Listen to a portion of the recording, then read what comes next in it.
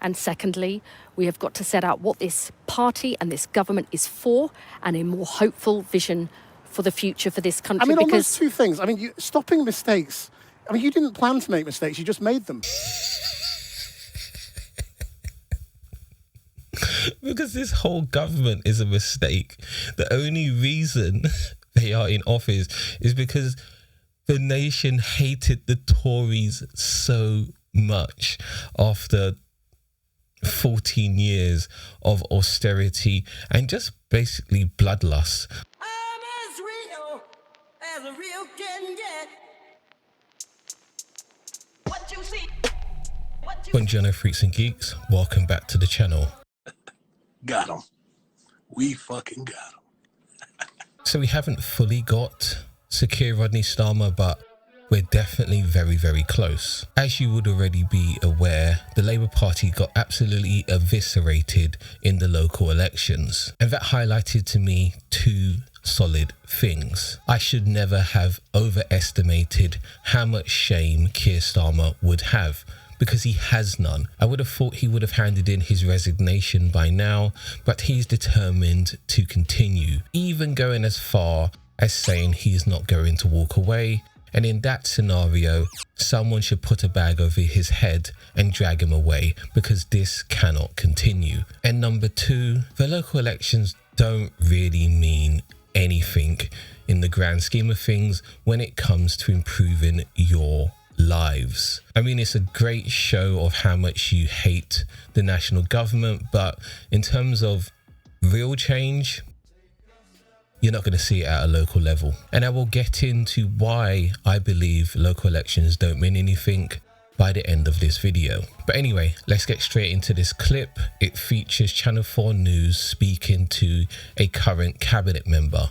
But before we do, please don't forget to hit the buttons for like, subscribe, and tell me down below, when do you think Keir Starmer will finally be evicted from number 10 Downing Street? Well, I'm joined now by Liz Kendall, the Secretary of State for Science, Innovation and Technology. Thank you for joining us. Pleasure. I mean, these are catastrophic results for you in many, many areas. You're part of this leadership. It is your strategy that has failed. Christian, you're going to have to remind me, what is or was their strategy? Was it for everyone on the far left and far right to hate them?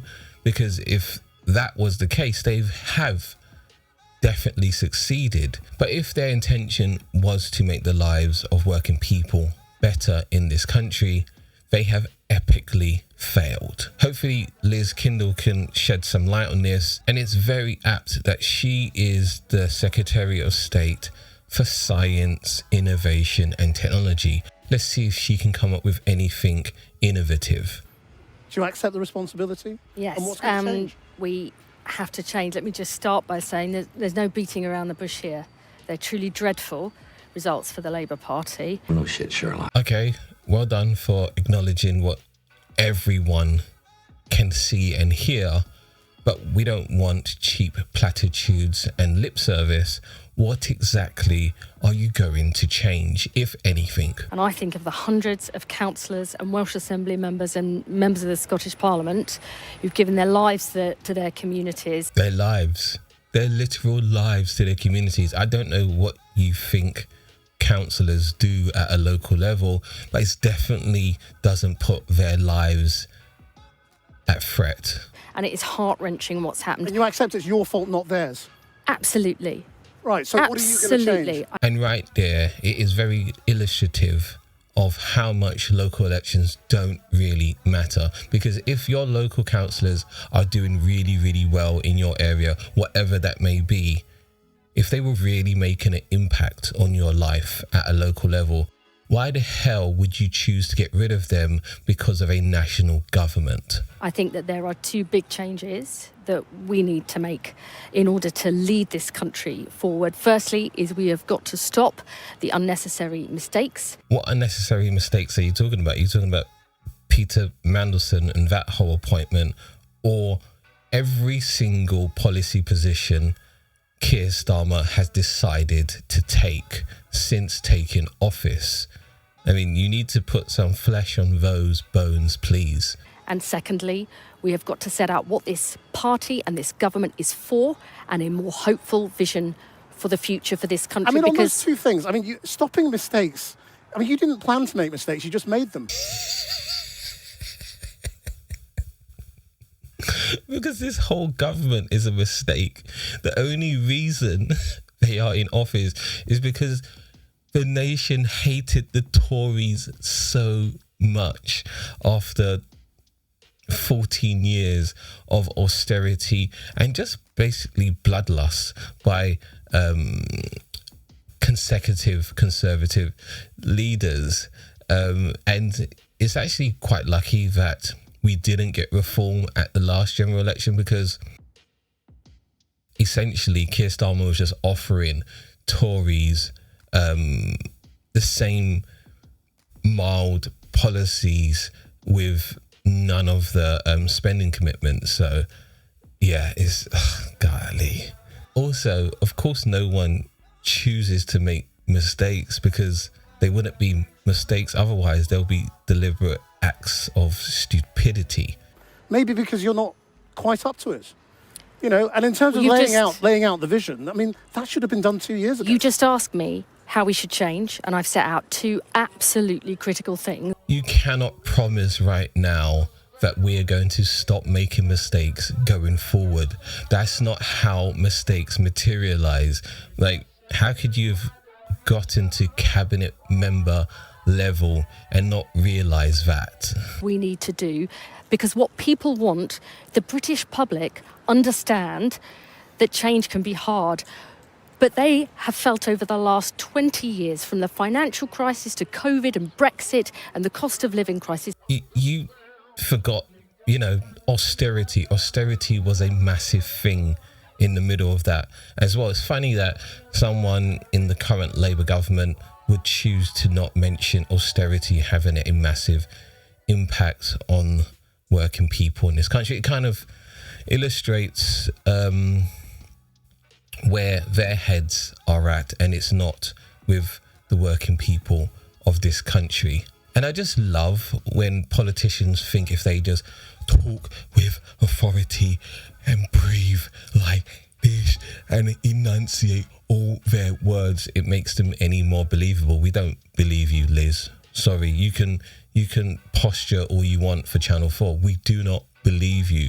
And I promise you, if there was a general election next Thursday, you would lose your seat. Not because I trust my fellow citizens in the UK to make the right decision, but I do believe that they hate you just as much as they hated the Tories 2 years ago during that 2024 general election. It is absolutely amazing that you have got people to hate you in just 2 years as much as they hated the Tories after 14 years. That is an epic achievement in itself. They are paying the price, and they want to know that their lives and their children's lives will be better, that their kids will ever have a chance of getting a good job or a foot on the housing ladder. And where are the jobs of the future going to come from? And we have to set that out much more clearly than we have done before, because the voters have given us a resounding verdict that we are not good enough. So you're not saying you'll change direction, but you should move more leftwards or more rightwards. You should change the Green vote or the Reform vote. You'll just carry on as you are and hope that you can communicate it better. No, I think a bidding war between the left and the right. I think the vast majority of people are not at the extreme right or left of politics, but also the voters will sniff you out. And they've already sniffed you out. They realise that you are a government without any vision, any policies, any belief system. You are a bunch of fraudsters and grifters, if you want. So for you to say, oh, if we drifted more to the right or more to the left, they would sniff us out. I guarantee you after this, if anything, Labour is going to drift more to the right. They would never go to left. Look at Liz. She wouldn't lean to the left if her left leg got blown off. So spare me, Liz. If they think you're just moving to try and get... But if you keep doing what you're doing... what we believe. And just communicating it better, That's not good enough. I think it's much more than better communication, although better communication is important. How can you communicate your policies any better? You've got all the microphones. You've got every single channel possible to communicate your message.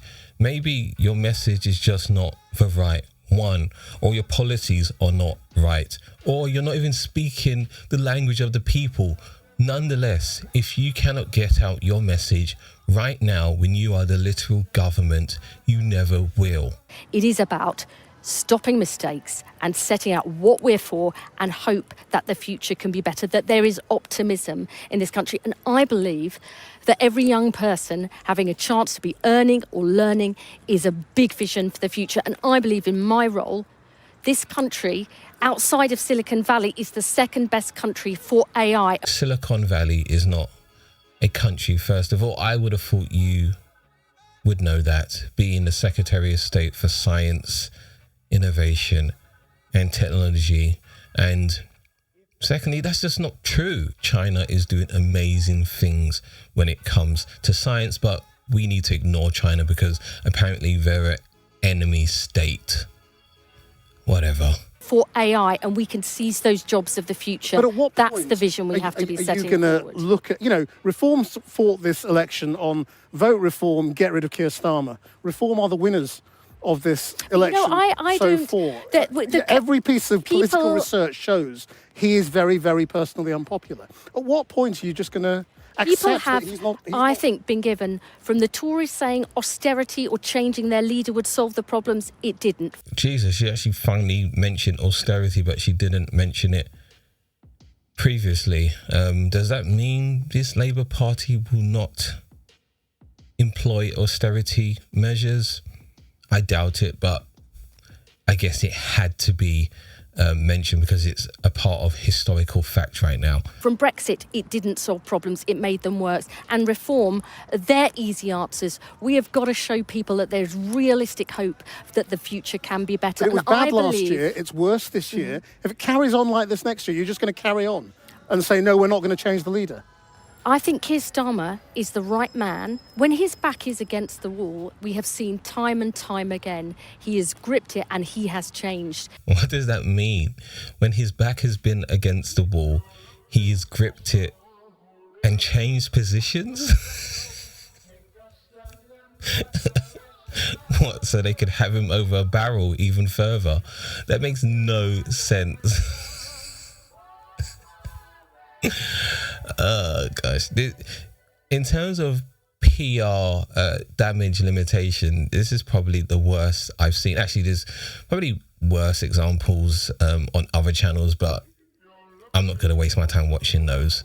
And I remember back in 2019, nobody ever thought the Labour Party had a chance in hell of winning the next election. And he focused on the country and what the people want. And that is what we've got to do now. You've got colleagues in the parliamentary party and even in the cabinet who just think the game's up, that this is denial. I don't believe... And that you need to have an orderly transition, so there's time for Andy Burnham to find a seat, come back, fight an election with whoever else is going to... The timetable is just a sort of process veneer for a leadership challenge and for internal infighting. And the public... Do you think Andy Burnham should be allowed back in if he finds a seat? I think Andy... blocked again?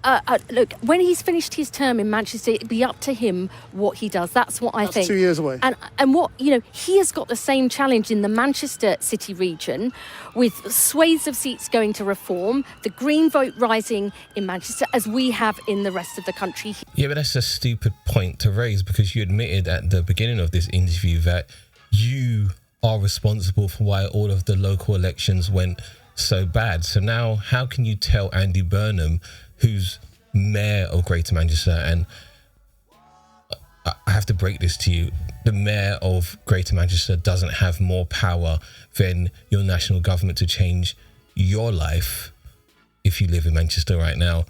But yeah, to now say, he needs to focus on the reform local councillors in Greater Manchester is just a silly deflection. At this point, I'm wondering, what the hell does Sir Keir Rodney Starmer have on certain cabinet members that they will do absolutely anything, absolutely debase themselves to defend his name and honour. Like, this is just ridiculous at this point. He's one of our star players in Manchester, and we have to, the public will not forgive us if we do Star player that you're keeping off the pitch.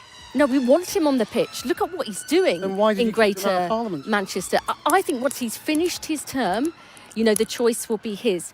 But if we start focusing on our own jobs and futures and not the country's jobs and future, I don't think the public will forgive us. And if we slip into what the Tories did, we won't be solving the actual challenge, which is how do we earn our living and pay our way in the world? How do we provide decent public services with an ageing population? How do we cope with a volatile world now? Well, maybe go away and work it out. But Liz Kendall, thank you very much indeed for joining us.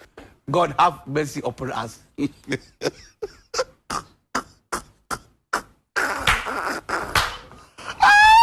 That is probably the most funny dismissal I have seen in a political interview in a very long time. Just go away and think about that, because I'm done with you. I don't want to talk to you any longer. Just to address what Liz was saying right at the tail end there, for her to even mention, it's no time to be thinking about, people's jobs and roles. Instead, we should think about the country. Are you kidding me? That's exactly what Keir Starmer's thinking about right now. He's not thinking about the country. He's thinking about his own job, his own role, his own legacy, his own pathological need to being a prime minister when he's not any good at it. He has no personality. He's a piece of cardboard. So yeah, for you to say that is just absolutely ridiculous.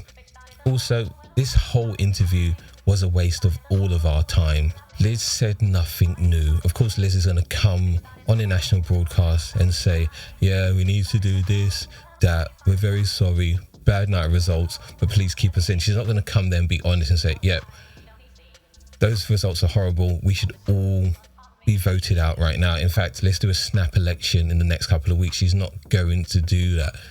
Liz did what Liz was supposed to do. And that makes me not sad, but just a bit irked. Now, drilling down into the actual local election results, every pundit worth their salt will tell you this is a fantastic night for reform, but they made headway in England. I've always said England is much more reactionary and conservative than other parts of the United Kingdom. Also, they mostly took seats from the Tories and in areas where they voted Brexit.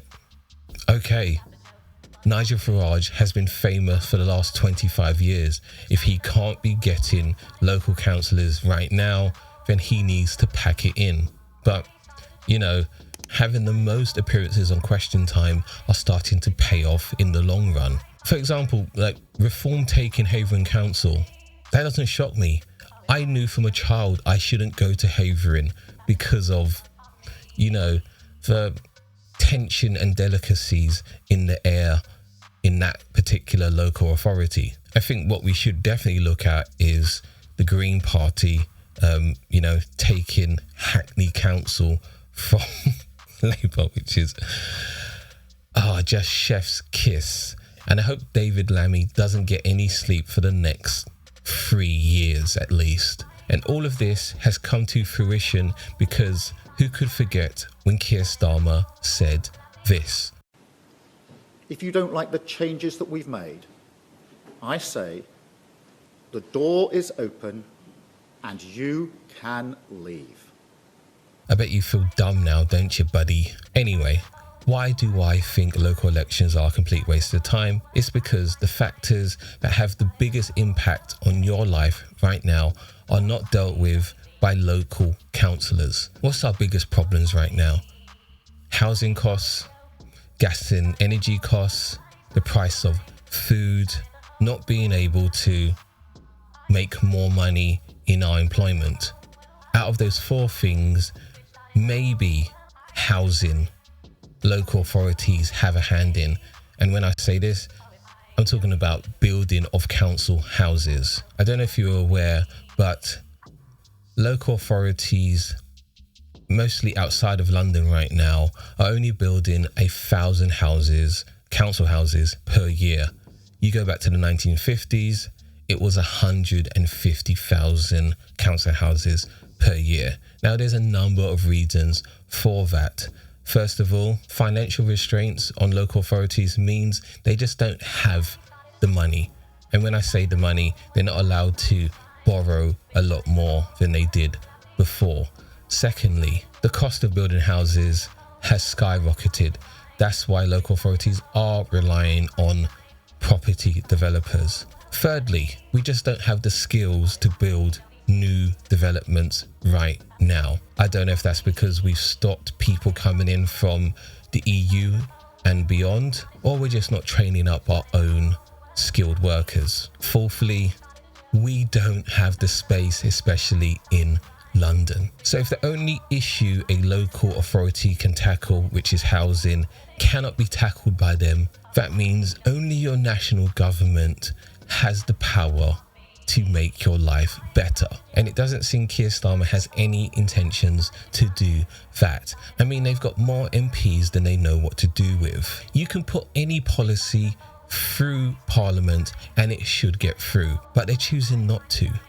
What does that tell you? It's times like this I always think of what super liberal dad James O'Brien said about Jeremy Corbyn. And if the Labour Party was led by anybody else, it would be 20 points ahead in the polls. And that right there is the reason I hate all liberals. But that's what I think. What do you think? Please put it below. I would love to read it. If you like audiobooks, I voiced one on spotting red flags in relationships. Link in the description below. If you stayed up to this point, thank you so much. I really appreciate the support. If you have enjoyed this video, please don't forget to hit the buttons for like, subscribe, and I will see you very, very soon. Ciao. I started a joke, which started the whole world. I started to cry, which started the whole world. I finally died, which started the whole world living. Oh, if I'd only seen that the joke was on me.